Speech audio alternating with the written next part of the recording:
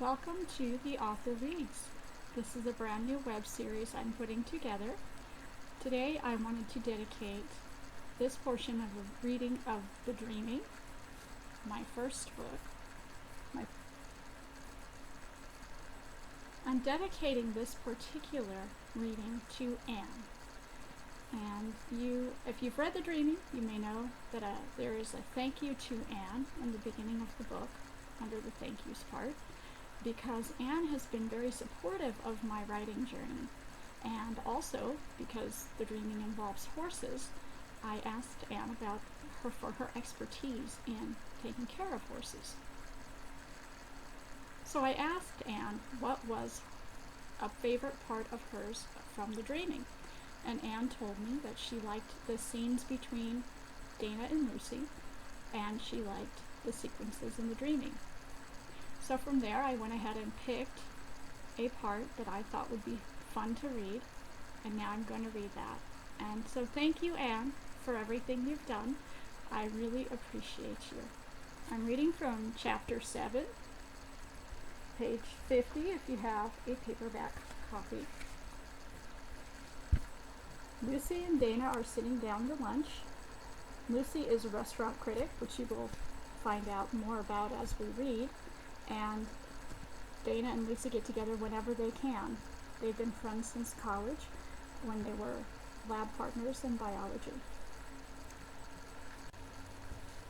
So, Dana, what's new? Lucy held her question for as long as it took the waiter to take 2 steps away from the table. Her friend since forever could see that there was something very different about her pal Dana. I don't even know where to begin. She laughed and sipped from her wine glass. The wine was meant to pair with the endive appetizer that was her first course.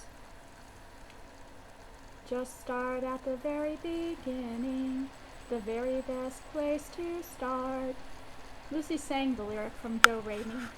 Ha, ha, ha, Dana smiled. Their lunches were a combination of work and play.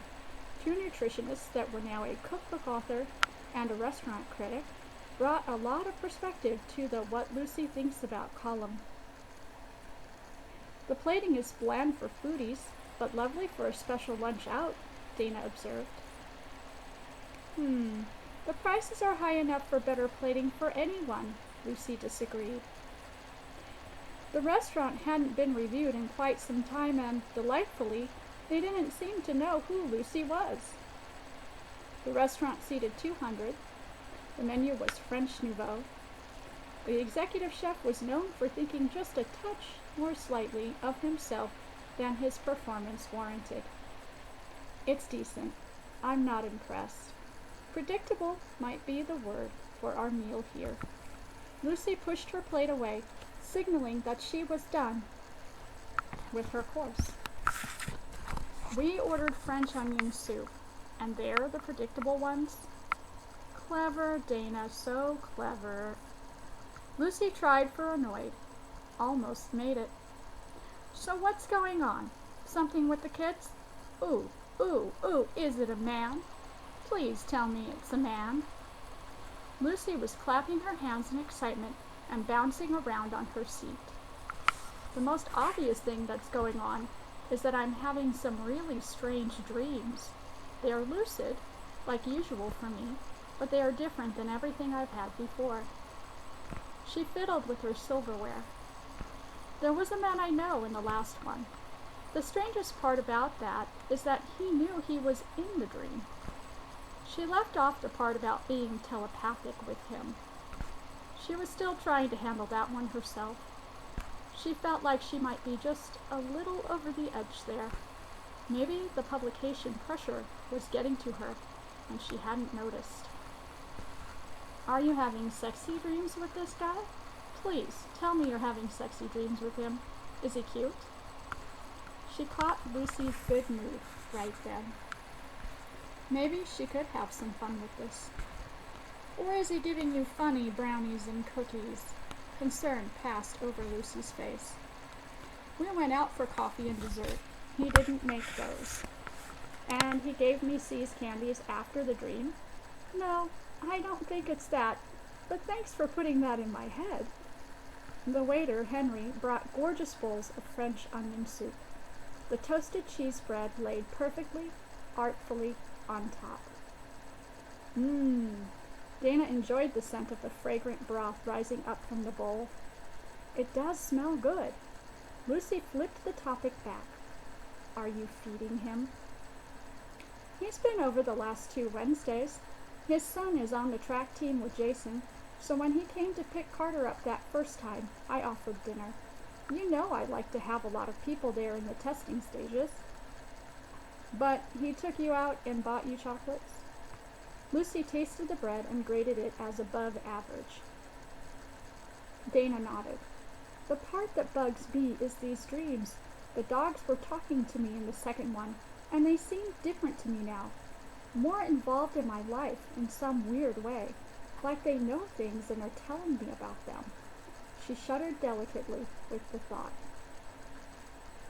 The look on Peach's face the other day, sort of a knowing grin, surfaced in her memory for Dana to look at right at that moment. Back to the guy. He knew he was in your dream? How did you find that out? What is his name? Wait a sec. This bread is fantastic, and the broth for once isn't too salty. I've got hope for my salmon en croûte.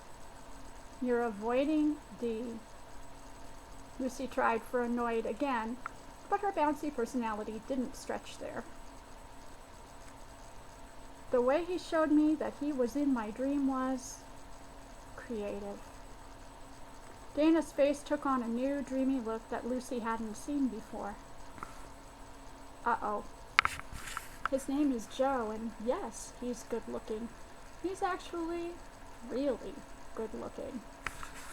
From the corner of her eye, Dana saw a flash, like a little bright light and quick movement. It reminded her of you, somehow. When she turned her head, there was nothing there. You're feeding him, Dee. Please, don't get too attached just yet. You know what I mean? Lucy laid a protective hand over Dana's. She was the veteran of many sad endings, and she saw a vulnerability on her friend's face that worried her. You're a great friend, Luce. Who would have thought we'd be sitting here, eating this rich food, having this conversation? Only you and I could pull this off. And neither of us has to get the check. I love my job. I love your job too. So, do they get some credit for the soup? Have a heart. That's damn good bread. Dana argued for the soup in her friendly, passionate way. Yeah, they do. And if they can impress either one of us with the salmon en croûte, we'll be looking at some nice words in their favor. The wait staff is good. I like the chairs and the art on the walls, too. Have you checked the bathroom? If Jenny was with us, she would have told us what scent the bathroom soap is by now. They laughed together over her daughter's fondness for bathrooms and scented soap. Dana felt better after their time together. Lucy didn't seem at all concerned about her weird dreams, and she knew her advice where Joe was concerned was good. Their lunch, all in all, was above average. She counted the day as a success. So the friendship between Dana and Lucy continues through the first book, The Dreaming, and then Lucy gets her own story in the second book, which is called Desert Sunrise. So, I hope you enjoyed hearing this story, or this part of the story. There's a lot more to it, of course. And if there's a particular part of The Dreaming or of Desert Sunrise that you particularly enjoy, let me know, because I could read it if you wanted to hear how I intended it. So, as an author, we have a special feeling for our characters, and we see them in different ways, and I think it's fun and interesting to see how the author would read that. Now I'd like to tell you a little bit more about what Lucy thinks about. That's Lucy's column, which runs through both The Dreaming and Desert Sunrise. And what Lucy thinks about is a real feature on my website. So I review real restaurants through Lucy and Dana. And you are welcome to read those. I've given you some links here in the description, so you can check those out. If you're local to any of the areas that I happen to visit with Lucy, as Lucy and Dana, you can read about those experiences, and I hope you have a good time with those. So, I hope to see you on www.ginabriganti.com, and both of these books are available on amazon.com. Thank you for watching, and thank you for reading, and thank you for listening.